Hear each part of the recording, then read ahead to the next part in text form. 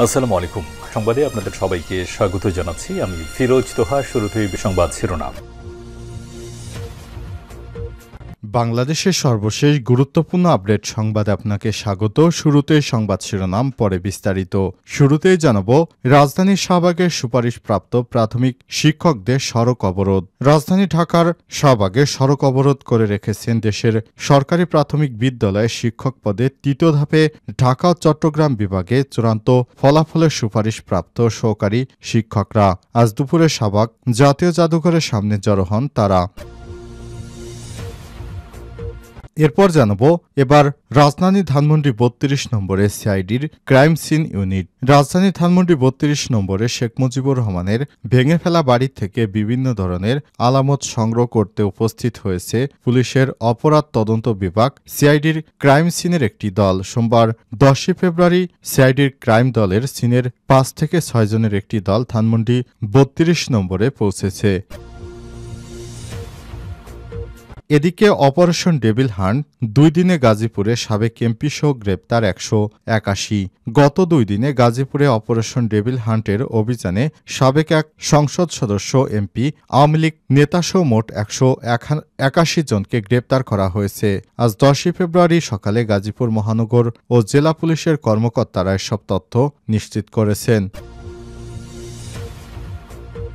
এবারে জানাবো, প্রধান উপদেষ্টার কার্যালয়ে গেলেন ক্ষতিগ্রস্ত প্রবাসীর ৬ প্রতিনিধি। জুলাই আন্দোলনে ক্ষতিগ্রস্ত আমিরাত সহ অন্যান্য প্রবাসীদের ৬ সদস্য প্রধান উপদেষ্টার কার্যালয়ে গিয়েছেন। সোমবার ১০ ফেব্রুয়ারি দুপুর ১২টার দিকে রমনা জোনের পুলিশ সদস্য তাদের নিয়ে যান। ক্ষতিগ্রস্ত প্রবাসীদের প্রতিনিধি দলে আছেন খালেদ, সাইফুল্লাহ, মীর, রাজীব, মিজানুর রহমান, ইয়াসিন, অপূর্ব, নাইম ও মাইনুদ্দিন। এদিকে জয়কে অপহরণ ও হত্যা চেষ্টা মামলায় খালাস পেলেন মাহমুদুর রহমান। সাবেক প্রধানমন্ত্রী শেখ হাসিনার ছেলে সজীব ওয়াজেদ জয়কে অপহরণ ও হত্যা চেষ্টা মামলায় খালাস পেয়েছেন দৈনিক আমার দেশ পত্রিকার সম্পাদক মাহমুদুর রহমান। আর সোমবার ১০ ফেব্রুয়ারি তার উপস্থিতিতে ঢাকার চতুর্থ অতিরিক্ত মহানগর দায়রা জজ তারিক এজাজ এ রায় দেন। এবং সর্বশেষ জানাবো, ৬৪ জেলায় সমাবেশের পূর্ণাঙ্গ কর্মসূচি ঘোষণা বিএনপির। দ্রুত নির্বাচনের রোডম্যাপের দাবিতে দ্রব্যমূল্য সহনীয় পর্যায়ে রাখা সহ বিভিন্ন দাবিতে সারা দেশে সমাবেশ করবে বিএনপি। আগামী ১২ ফেব্রুয়ারি থেকে ২৪ ফেব্রুয়ারি পর্যন্ত টানা ৮ দিনের এই সভা সমাবেশ অনুষ্ঠিত হবে। এই লক্ষ্যে বিএনপি পূর্ণাঙ্গ কর্মসূচি নির্ধারণ করেছে। প্রিয় দর্শক, এতক্ষণ শুনছিলেন সংবাদ শিরোনাম, এবারে বিস্তারিত। তবে তার আগে বন্ধুরা, অনুরোধ থাকবে সংবাদটিতে একটি লাইক দিন। এই চ্যানেলে আপনি নতুন হয়ে থাকলে আমাদের সংবাদটি দেখতে দেখতে চ্যানেলটি সাবস্ক্রাইব করে রাখুন। কমেন্ট করে বন্ধুরা আপনার মূল্যবান মতামত জানিয়ে দিন আপনি বিশ্বের কোন দেশ থেকে বা বাংলাদেশের কোন স্থান থেকে আমাদের সংবাদটি দেখছেন এবং শুনছেন। এবারে বিস্তারিত।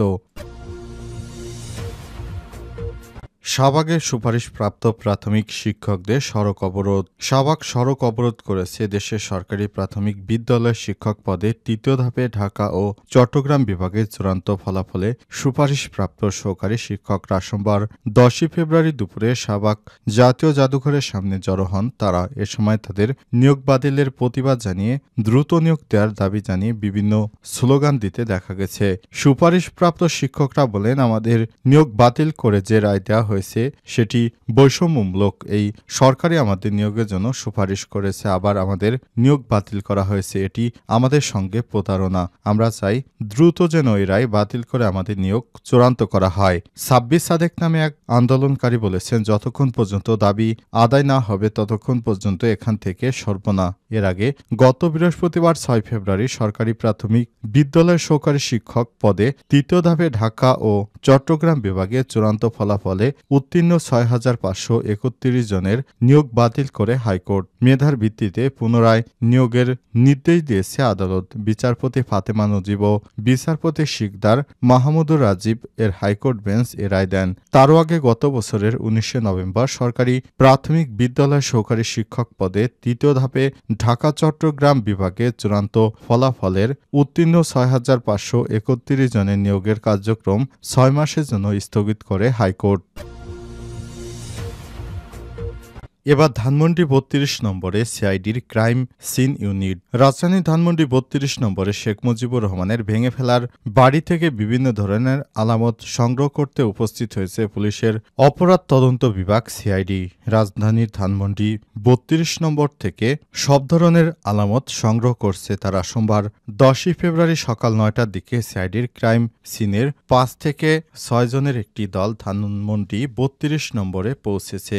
সিআইডির মুখপাত্র বিশেষ পুলিশ সুপার জসিমউদ্দিন খান গণমাধ্যমকে জানান, সকালে ধানমন্ডি ৩২ নম্বরে সিআইডির ক্রাইম সিনের একটি দল সেখানে গেছে। ক্রাইম সিন অপরাধের আলামত সংগ্রহের দক্ষ একটি দল, তারা সেখানে অপরাধ সংক্রান্ত আলামত সংগ্রহ করছে। এর বাইরে এ বিষয়ে আর কিছু এই মুহূর্তে বলা যাবে না। এর আগে রোববার আয়নাঘর বা গোপন বন্দিশালা আছে কিনা এমন সন্দেহে ধানমন্ডি ৩২ নম্বরে শেখ মুজিবুর রহমানের বাড়ির বেসমেন্ট থেকে পানি সরানোর কাজ করে ফায়ার সার্ভিস। পরে সেখানে কিছুই পায়নি fire service.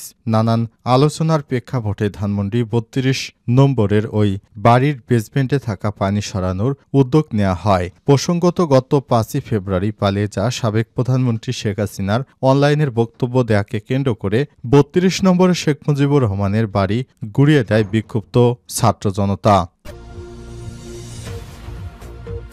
Operation devil hunt ২ দিনের গাজীপুরে সাবেক এমপিসহ গ্রেপ্তার ৮১ জন।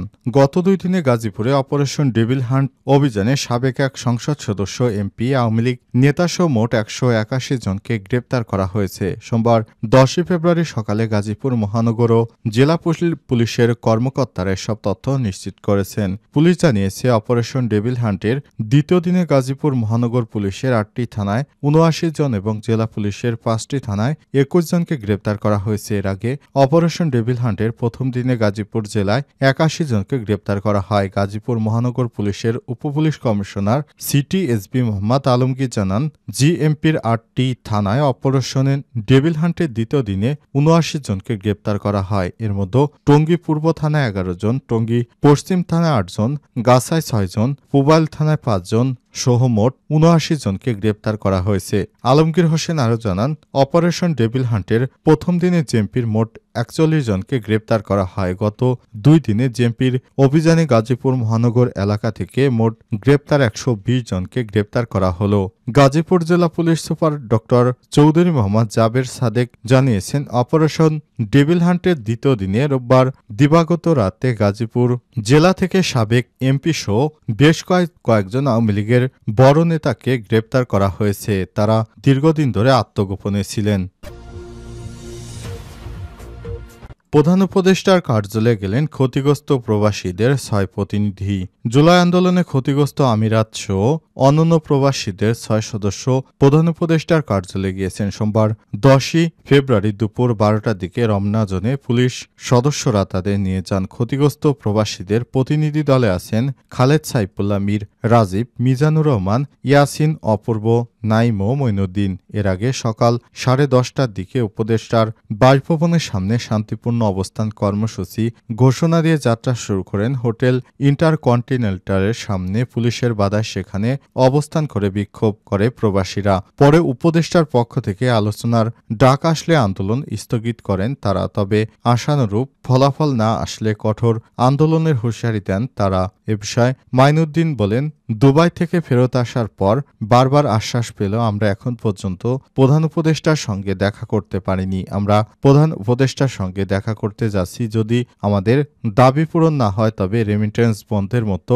ঘোষণাও আসতে পারে। প্রধান উপদেষ্টার সাথে সরাসরি সাক্ষাতের সুযোগ দেয়া, ক্ষতিগ্রস্ত প্রবাসীদের জন্য অর্থনৈতিক সহায়তা ও পূর্ণাঙ্গ পুনর্বাসন পরিকল্পনা ঘোষণা করা, প্রবাসী শ্রমিকদের অধিকার রক্ষায় সরকার দ্রুত কার্যকরী পদক্ষেপ নেওয়া সহ ৫ দফা দাবি জানান তারা। গত ৭ই ফেব্রুয়ারি প্রেস ক্লাবে সংবাদ সম্মেলন এর দাবি মানতে ৪৮ ঘণ্টার আলটিমেটাম দিয়েছিলেন প্রবাসীরা।